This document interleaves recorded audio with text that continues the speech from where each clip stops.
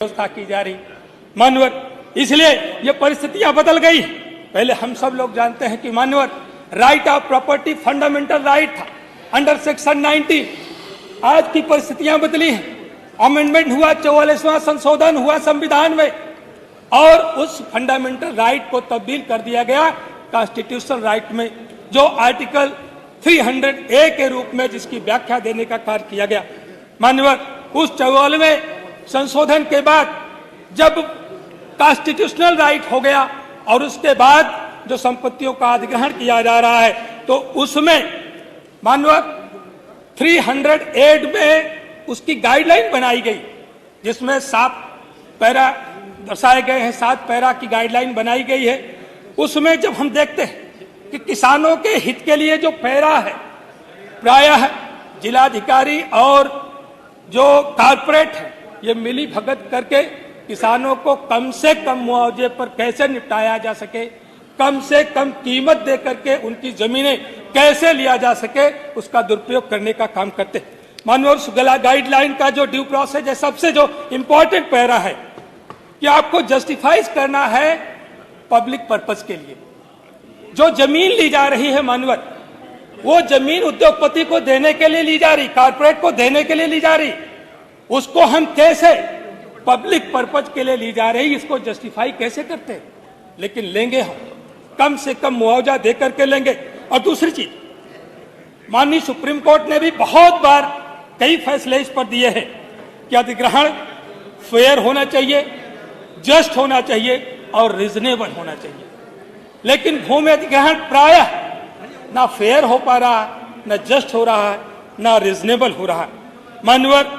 इसलिए कई बार supreme court ने कहा कि फेयर एंड एडिक्वेट कंपेंसेशन के बगैर आप किसी की भी संपत्ति, किसी भी किसान की जमीन आप नहीं ले सकते हैं।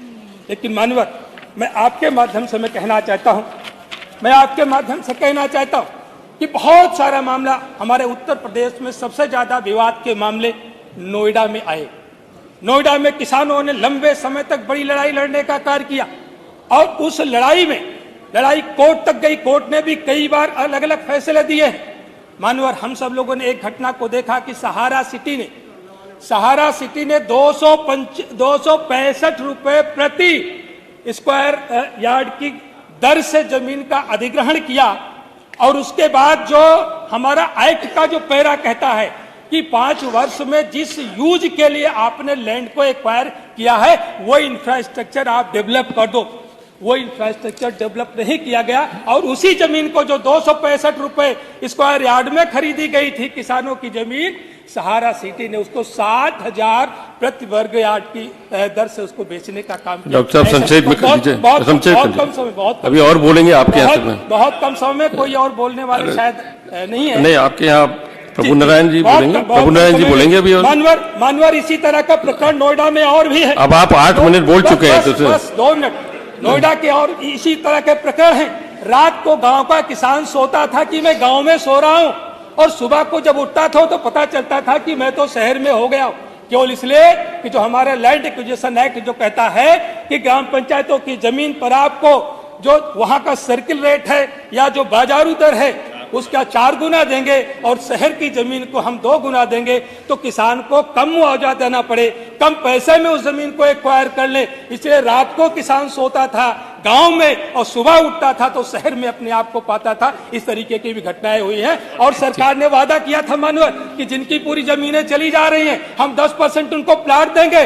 किसानों को प्लाट नहीं मिला और किसानों ने जब इसके लिए आंदोलन किया तो किसानों को भी जेल भेजने का काम। ये विषय पर बोले अपना विषय पर। बस अंतिम बात में कहते हुए कि मानवर, भूमि अधिग्रहण में सोलेटियम राशि का विषय मानवर ये ग्रीनफील्ड मुलम्मा लगाना, पढ़े लिखे विधायक है मानवर, इतना जी, योग्य। हम अरे आप कम से कम एक बात नहीं डॉक्टर साहब, आप गृहता पर बोलिए, आप ग्रीनफील्ड औद्योगिक गलियारी पर बोलना है, आप नोएडा पर बोलिए। 10 मिनट